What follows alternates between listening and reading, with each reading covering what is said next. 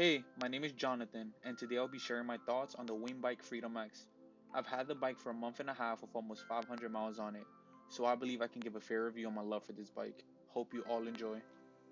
So let's start by checking out the website, wingbikes.com. As you can see, they have the flagship bike on display, the Wingbike Freedom X. That's the one I currently have, super in love with it. So let's get into it.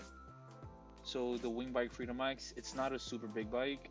It's meant for riders 5'6" to 6'4". I'm currently 5'7", and I find the bike to be a perfect fit for me. So now let's get into the specifications. So the frame and fork is a lightweight aluminum. It weighs roughly 39 to 40 pounds, not super heavy. It uses a Shimano 7-speed gear. It also uses a Shimano standard shifter. The handlebars is curved. A lot of people seem to complain about the curved handlebar, but I personally love it. With a bike like this, I prefer to actually sit up and mitigate the pressure from my hands, so I'm able to actually take longer bike rides, which is really nice. It takes the battery about 4 hours to charge. The battery is a lithium ion 36 volt. It's about 5 pounds. The range is 35 miles, 45 miles, and 60 miles. I have the 35 mile battery. The display is a custom LCD. The electric motor is a 36 volt Bafang. Top speed is around 20 miles.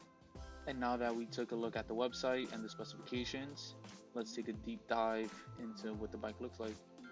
So like I said previously, I have the bike for a month and a half.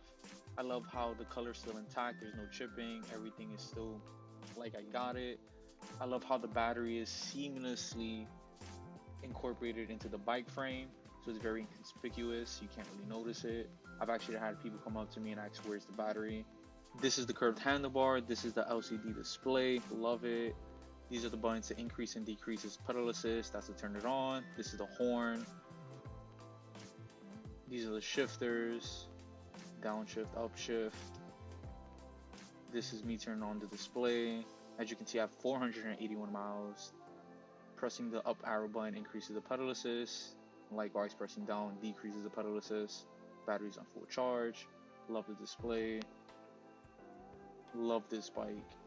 Now, without further ado, let's see how this bike actually runs. Enjoy.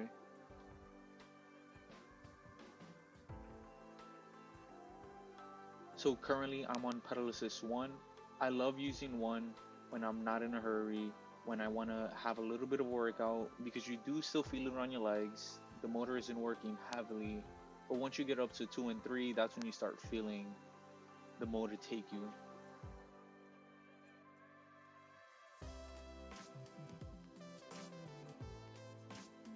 Here's an example of me using the throttle. Love the throttle. It's super convenient, especially on days when you're tired, you don't want to pedal, you just want to get home. It's a really convenient feature to have at your disposal to just go up to 20 miles per hour and get to point A to point B with no effort at all.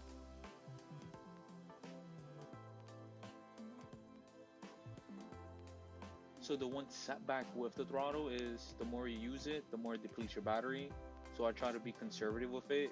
I tend to use it more when I'm exhausted or when I know I only have a few miles left on my trip, so I know that the battery won't die on me mid-ride. And while I actually never had the battery die on me mid-ride, it's nice knowing that if it does die, you can still ride the bike manually. You don't need the battery to be on.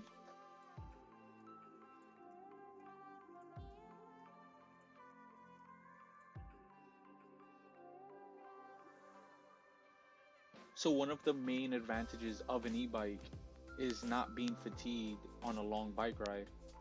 And what I love about my Freedom X is tackling those hills that otherwise I'll be standing up pedaling, huffing and puffing.